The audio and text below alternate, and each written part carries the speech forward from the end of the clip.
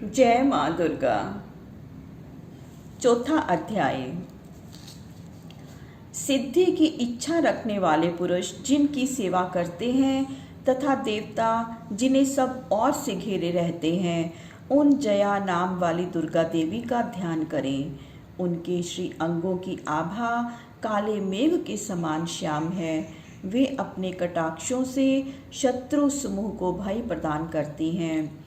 उनके मस्तक पर आबद्ध चंद्रमा की रेखा शोभा पाती है। वे अपने हाथों में शंख चक्र कृपान और त्रिशूल धारण करती हैं। उनके 3 नेत्र हैं। वे सिंह के कंधे पर चढ़ी हुई हैं और अपने तेज से तीनों लोकों को परिपूर्ण कर रही हैं।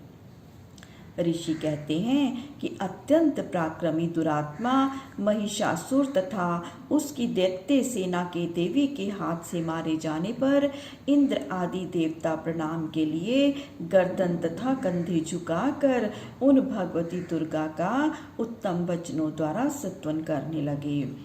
उस समय उनके सुंदर अंगों में अत्यंत हर्ष के कारण रोमांच हो आया था। देवता बोले कि संपूर्ण देवताओं की शक्ति का समुदाय ही जिनका स्वरूप है तथा जिन देवी ने अपनी शक्ति से संपूर्ण जगत को व्याप्त कर रखा है, समस्त देवताओं और महर्षियों की पूजनिया उन जगदम्बा को हम भक्तिपूर्वक नमस्कार करते हैं। वे हम लोगों का कल्याण करें। जिनके अनुपम प्रभाव और बल का वर्णन करने में भगवान शेषनाग, ब्रह्मा जी तथा महादेव भी समर्थ नहीं हैं। वे भगवती चंडिका संपूर्ण जगत का पालन एवं अशुभ भय का नाश करने का विचार करें। जो पुण्यात्माओं के घरों में स्वयं ही लक्ष्मी रूप से, पापियों के यहाँ दरिद्रता रूप से, शुद्ध अंतकरण वाले पुरुषों के हृदय में बुद्धि रूप से, सत्पुरुषों में श्रद्धा रूप से तथा कुलीन मनुष्यों में लज्जा रूप में निवास करती है, उन आप भगवती दुर्गा को हम नमस्कार करते हैं। देवी, आप संपूर्ण विश्व का पालन कीजिए। देवी, आपके इस अचिंत्य रूप का, असुरों का नाश करने वाले भारी पराक्रम का तथा समस्त देवताओं और दैत्यों के समक्ष युद्ध में प्रकट किए हुए आपके अद्भुत चरित्रों का हम किस प्रकार से वर्णन करें। आप संपूर्ण जगत की उत्पत्ति में कारण हैं। आप में सत्व गुण, रजोगुण और तमोगुण, ये तीनों गुण मौजूद हैं, तो भी दोषों के साथ आपका संसर्ग नहीं जान पड़ता। भगवान विष्णु और महादेव जी आदि देवता भी आपका पार नहीं पाते। आप ही सबका आश्रय हैं। यह समस्त जगत आपका अंशभूत है, क्योंकि आप सबकी आदिभूत अव्याकृता परा प्रकृति हैं। देवी, संपूर्ण यज्ञों में जिसके उच्चारण से सब देवता तृप्ति लाभ करते हैं, वह स्वाहा आप ही हैं। इसके अतिरिक्त आप पितरों की भी तृप्ति का कारण हैं, अतएव सब लोग आपको स्वधा भी कहते हैं। देवी, जो मोक्ष की प्राप्ति का साधन है, अचिंत्य महाव्रत स्वरूपा है, समस्त दोषों से रहित, जितेंद्रिय, तत्व को ही सार वस्तु मानने वाले तथा मोक्ष की अभिलाषा रखने वाले मुनिजन जिसका अभ्यास करते हैं, वह भगवती पराविद्या आप ही हैं। आप शब्द स्वरूपा हैं। अत्यंत निर्मल ऋग्वेद, यजुर्वेद तथा उद्गीत के मनोहर पदों के पाठ से युक्त सामवेद का भी आधार आप ही हैं। आप देवी तीनों वेद और भगवती छयों ऐश्वर्यों से युक्त हैं। इस विश्व की उत्पत्ति एवं पालन के लिए आप ही वार्ता, खेती एवं आजीविका के रूप में प्रकट हुई हैं। आप संपूर्ण जगत की घोर पीड़ा का नाश करने वाली हैं। हे देवी, जिससे समस्त शास्त्रों के सार का ज्ञान होता है, वह मेधा शक्ति आप ही हैं। दुर्गम भव सागर से पार उतारने वाली नौका रूप दुर्गा देवी आप ही हैं।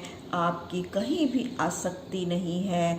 कैटभ के शत्रु भगवान विष्णु के वक्ष स्थल में एकमात्र निवास करने वाली भगवती लक्ष्मी तथा भगवान चंद्रशेखर द्वारा सम्मानित गौरी भी आप ही हैं।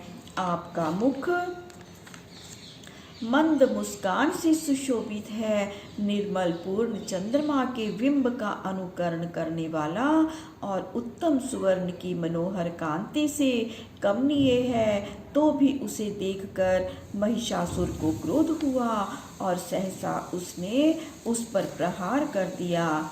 यह बड़े आश्चर्य की बात है देवी, वही मुख जब क्रोध से युक्त होने पर उदय काल के चंद्रमा की भांति लाल और तनी हुई भौहों के कारण विकराल हो उठा, तब उसे देखकर जो महिषासुर के प्राण तुरंत नहीं निकल गए, यह उससे भी बढ़कर आश्चर्य की बात है, क्योंकि क्रोध में भरे हुए यमराज को देखकर भला कौन जीवित रह सकता है। देवी आप प्रसन्न हो, परमात्मा स्वरूपा आपके प्रसन्न होने पर जगत का अभ्युदय होता है और क्रोध में भर जाने पर आप तत्काल ही कितने कुलों का सर्वनाश कर डालती हैं। यह बात अभी अनुभव में आई है, क्योंकि महिषासुर यह विशाल सेना क्षण भर में आपके कोप से नष्ट हो गई है। सदा अभ्युदय प्रदान करने वाली आप जिन पर प्रसन्न होती हैं वे ही देश में सम्मानित हैं, उन्हीं को धन और यश की प्राप्ति होती है, उन्हीं का धर्म कभी शिथिल नहीं होता, वे ही अपने हृष्ट पुष्ट स्त्री पुत्र और भृत्यों के साथ धन्य माने जाते हैं। देवी आपकी ही कृपा से पुण्यात्मा पुरुष प्रतिदिन अत्यंत श्रद्धा पूर्वक सदा सब प्रकार के धर्मानुकूल कर्म करता है और उसके प्रभाव से स्वर्गलोक में जाता है। इसीलिए आप तीनों लोकों में निश्चय ही मनोवांछित फल देने वाली हैं। माँ दुर्गे आप स्मरण करने पर सब प्राणियों का भय हर लेती हैं और स्वस्थ पुरुषों द्वारा चिंतन करने पर उन्हें परम कल्याणमयी बुद्धि प्रदान करती हैं। दुख दरिद्रता और भय हारने वाली देवी आपके सिवा दूसरी कौन है, जिसका चित्त सबका उपकार करने के लिए सदा ही दयाद्र रहता है। देवी इन राक्षसों के मारने से संसार को सुख मिले तथा ये राक्षस चिरकाल तक नरक में रहने के लिए भले ही पाप करते रहे हों, इस समय संग्राम में मृत्यु को प्राप्त होकर स्वर्गलोक में जाएं। निश्चय ही यही सोचकर आप शत्रुओं का वध करती हैं। आप शत्रुओं पर शस्त्रों का प्रहार क्यों करती हैं? समस्त असुरों को दृष्टिपात मात्र से ही भस्म क्यों नहीं कर देती? इसमें एक रहस्य है। ये शत्रु भी हमारे शस्त्रों से पवित्र होकर उत्तम लोकों में जाएं। इस प्रकार उनके प्रति भी आपका विचार अत्यंत उत्तम रहता है। खड़ग के तेज पुंज की भयंकर दीप्ति से तथा आपके त्रिशूल के अग्रभाग की घनीभूत प्रभा से चुंधिया कर जो असुरों की आंखें फूट नहीं गई, उसमें कारण यही था कि वे मनोहर रश्मियों से युक्त चंद्रमा के समान आनंद प्रदान करने वाले आपके इस सुंदर मुख का दर्शन करते थे। देवी आपका शील दुराचारियों के बुरे बर्ताव को दूर करने वाला है। साथ ही यह रूप ऐसा है जो कभी चिंतन में भी नहीं आ सकता और जिसकी कभी दूसरों से तुलना भी नहीं हो सकती, तथा आपका बल और पराक्रम तो उन दैत्यों का भी नाश करने वाला है जो कभी देवताओं के पराक्रम को भी नष्ट कर चुके थे। इस प्रकार आपने शत्रुओं पर भी अपनी दया ही प्रकट की है। वरदायिनी देवी आपके इस पराक्रम की किसके साथ तुलना हो सकती है, तथा शत्रुओं को भय देने वाले एवं अत्यंत मनोहर ऐसा रूप भी आपके सिवा और कहाँ है। हृदय में कृपा और युद्ध में निष्ठुरता, ये दोनों बातें तीनों लोकों के भीतर केवल आप में ही देखी गई हैं।